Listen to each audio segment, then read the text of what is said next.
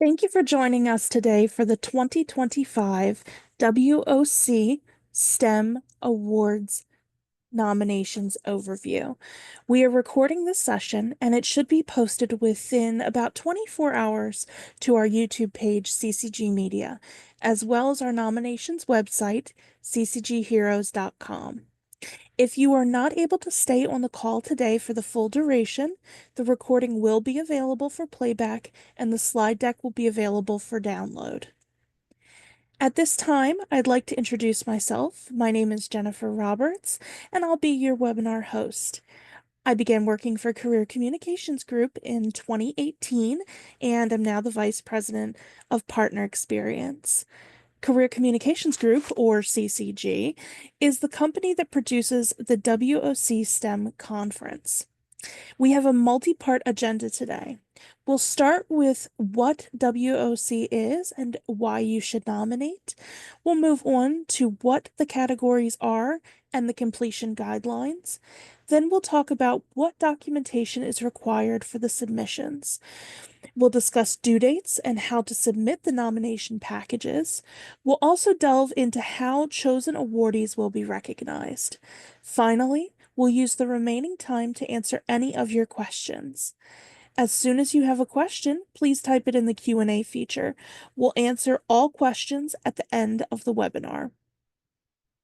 Without further ado, as we celebrate 30 years of impact in 2025, our conference is embracing its evolution. WOC now also stands for Waves of Change, reflecting our commitment to innovation, progress, and expanding opportunities for all. Our tagline, Waves of Change, Oceans of Opportunity, truly embodies what the conference represents, a space where talented individuals can connect, grow, and shape the future of STEM. Most importantly, we want to emphasize that nominations have always been open to all.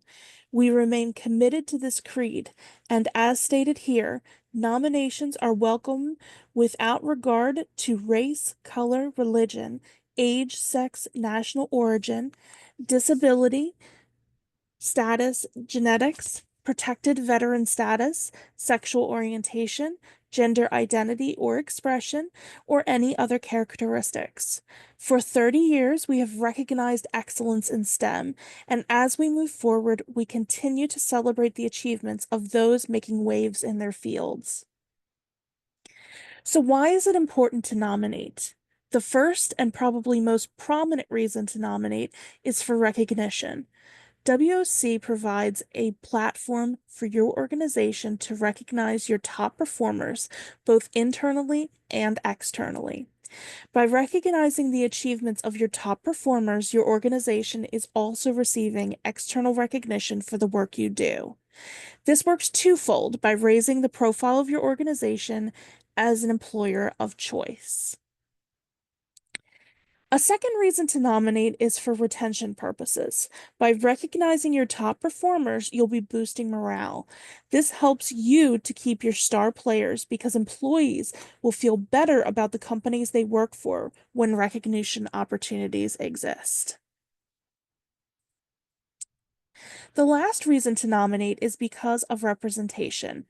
Nominating your employees for external recognition aligns your organization as a promoter of people interested in STEM careers.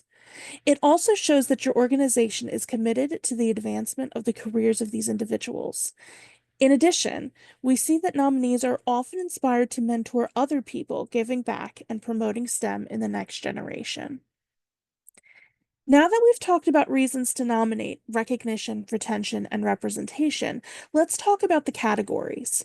Awards for the WOC STEM Awards cycle are nominated into two categories: peer-reviewed and outstanding achievement awards. The peer-reviewed awards are nominated internally, vetted externally, and recognized externally, whereas the outstanding achievement awards are vetted externally they are nominated internally, vetted internally, and recognized externally. The peer-reviewed awards are reviewed by a selection committee made up of leaders from industry, government, and nonprofit sectors. These awards have been historically presented at the Breakfast with Leaders and Legends and award ceremony on the Saturday of the conference. This year, that will be on October 25th, 2025. These awardees will be giving remarks when they accept their awards. On the other hand, we have our Outstanding Achievement Awards. These nomination packages are not reviewed by a selection committee. These awards have been historically presented at the technology recognition event on the Friday of the conference. This year, that will be on October 24th, 2025. These awardees will not give remarks. Here you will see a full list of categories for our peer-reviewed awards. We have career achievement, community service, corporate responsibility, educational leadership awards, college level promotion of education, corporate promotion of education, and K through 12 promotion of education, fintech leadership, managerial leadership, new media IT leadership, outstanding technical contribution, professional achievement, student leadership, and technical innovation. On the Outstanding Achievement Award side, we have three categories: Technology All-Star, Technology Rising Star, and Top Leaders in Finance. There are some awards that will be given for which you cannot nominate anyone. These are discretionary awards. These are considered a type of peer-reviewed award and can be presented to anyone who is nominated for any award category. This includes, but is not limited to, the Special Recognition Awards, the President's Award, and the Pioneer Award. The top award of the conference, Technologist of the Year, is also a discretionary award. Regarding the completion guidelines, please note that incomplete nomination packages will not be accepted. Once the nomination package is submitted, it will be reviewed for accuracy and completeness. If any package requirements are missing, the nominator will be contacted and must provide the missing documents by the deadline. This will be April 30th for peer-reviewed award nominations and May 15th for Outstanding Achievement Award nominations. Let's talk about what documentation is required for each type of package. Each peer-reviewed nomination package should include a cover page, table of contents, a cover letter explaining the reason for nomination, a signed nomination form, a current biography or resume, a full job description or CV, an organizational chart, papers and articles by and about the awardee, letters of recommendation, and other significant supporting materials, and a recent photograph. Outstanding Achievement Award packages must include a cover letter explaining the reason for nomination, a signed nomination form, a current biography or resume, and a recent photograph. Now I'm going to go into taking the time to go over the details of each of the requirements. We're going to start with the cover page. The cover page is only required for the peer-reviewed awards. It should contain the conference name and year, the name and title of the nominee, the nominee's organization's name, and the award category.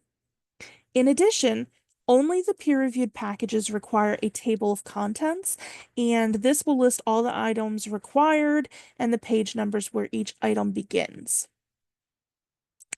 The cover letter or reason for nomination is required for both peer-reviewed and Outstanding Achievement Award nominations. This is a 1 to 2 page letter that clearly states why the candidate should be recognized in the selected award classification. This should be a separate item from any recommendation letters. The cover letter should be coming directly from the nominator, and it must be signed. Then we have a nomination form, which is required for all nomination packages. It must be either typed or printed legibly, and it must be signed either physically or electronically by the person listed as the nominator. Proxy signatures are not accepted. The next major piece is the current biography or resume. It is required for all nominations, and it is It should include all crucial decisions, career changes, community involvement, etc. It should be concisely detailed into a 1 to 2 page document, and this is going to be your place to tell the nominee's story. For peer-reviewed nominees, you must submit either the full job description or their CV. The full job description should distinguish the nominee and give scope to their position, including the budget and any management capacity. If you're submitting a CV, it should also be all-encompassing and help to tell the story. Because the CV and the resume are often so similar, it's recommended for peer-reviewed packages to only include one or the other. So if you submit a resume, also submit the job description. If you submit the biography, then it's okay to submit the CV. Peer-reviewed nominations are required to submit organizational charts. This gives the selection committee an idea of where the nominee fits within his or her department or organization. In addition, peer-reviewed nominations should contain papers and articles by and about the nominee. Nominators are requested to enclose a brief summary highlighting the main points of each article. For papers, please only include the abstracts. Please do not include the entire paper. Peer-reviewed nominations should include letters of recommendation from both inside and outside the nominating organization. They should speak to the value of the nominee's contributions in the field. For example, if the candidate is being nominated for community service, it would make sense to have a letter of recommendation from one of the organizations the candidate volunteers with. These recommendation letters must be signed either electronically or physically. In addition, peer-reviewed candidates should include other significant supporting materials. This is in a section that is relatively open. It can include personal history information, explaining the candidate's background, struggles, and achievements, awards or certificates received, patents received or pending. Here, candidates will often use this section to round out their professional and personal stories. We've seen everything from links to videos, cards from elementary school students they've mentioned, and photos of their families. Lastly, all packages, whether they are peer-reviewed or outstanding achievement, will require a recent photograph. The photograph should be a professional full or quarter body shot. These are preferred overhead shots, and they should be digital photographs only as well as high resolution. We are looking for a minimum of 300 dpi. They can be uploaded as an EPS, JPEG, TIFF, PNG. We are looking for a minimum size of a 5" by 7". Here are a couple examples that were provided for the 2024 Technologist of the Year, Bridget Chapman. We ask that you provide us the best quality photo that is available. If the individual is chosen for an award, there will be an opportunity to replace the photo later. Specifically, it is important that the peer-reviewed awardees have high-quality photos, as they will be included in the conference issue of WOC magazine. Let's talk about submitting the nomination. All the nomination packages are going to be submitted at ccgheroes.com. Please do not send physical copies directly to us. It is important to note that self-nominations are not accepted and will be automatically disqualified. In addition, please make sure that you are always following your organization's policies for recognition. We are often asked if we accept international submissions, and we do accept them. There is no restriction on nationality of awardees. Also, all notifications and communications will be sent from nominations@ccgmag.com. Lastly, please do not submit the same person for both a peer-reviewed award and an outstanding achievement award. If the individual is not chosen to receive a peer-reviewed award, we will send an email giving the opportunity to convert their nomination to one of the outstanding achievement awards. So, when are nominations due? Peer-reviewed nominations are due on April 30th, 2025. Outstanding Achievement Award nominations are due on May 15th, 2025. Both of these nominations are hard deadlines.